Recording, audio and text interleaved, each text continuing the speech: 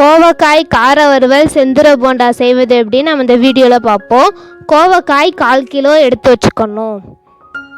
கோவக்காயை நல்லா வட்டமாக நறுக்கி வெயிலில் 3 மணி நேரம் காய வச்சு எடுத்து வச்சுக்கணும். உப்பு தேவையான அளவு, எண்ணெய் 50 மில்லி, மசாலாத்தூள் 2 டீஸ்பூன், கடுகுளுந்து 1 டீஸ்பூன், கடலை மாவு 200 கிராம், வெங்காயம் நறுக்கியது 1 கப் எடுத்து வச்சுக்கணும். இப்போ ஒரு கடாயில் எண்ணெய் ஊற்றிருக்கோம். கடுகுளுந்து சேர்த்துக்கலாம். கடுகுளுந்து நல்லா வெடிக்கும் பதத்தில் காய வச்சுருக்க கோவக்காயை சேர்த்து நல்லா வதக்கணும்.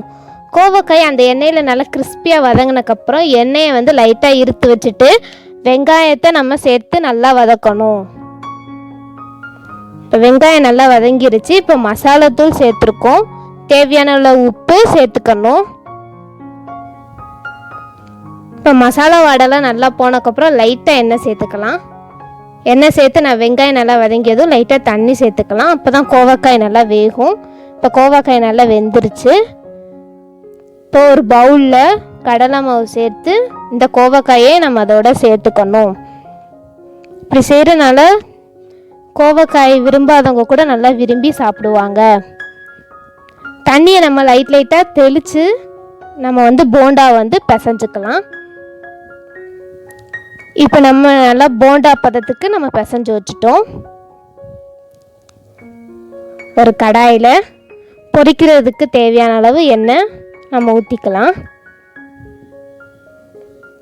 இப்போ எண்ணெய் நல்லா காஞ்ச உடனே அந்த கோவக்காய் கடலை மாவு பிசைஞ்சு வச்சுருக்க கலவையை நம்ம நல்லா ரவுண்டாக தட்டி நம்ம அதில் போட்டுக்கலாம்.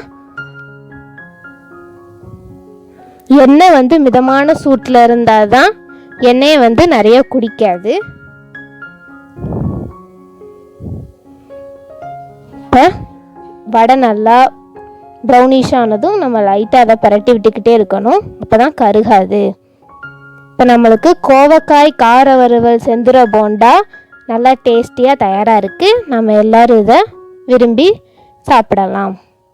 எங்கள் சேனலை சப்ஸ்கிரைப் பண்ணுங்கள். மறக்காமல் பெல் பட்டன் கிளிக் பண்ணுங்கள். லைக் பண்ணுங்கள், கமெண்ட் பண்ணுங்கள், ஷேர் பண்ணுங்கள். நன்றி. அன்புடன் இறைவனின் கருணை.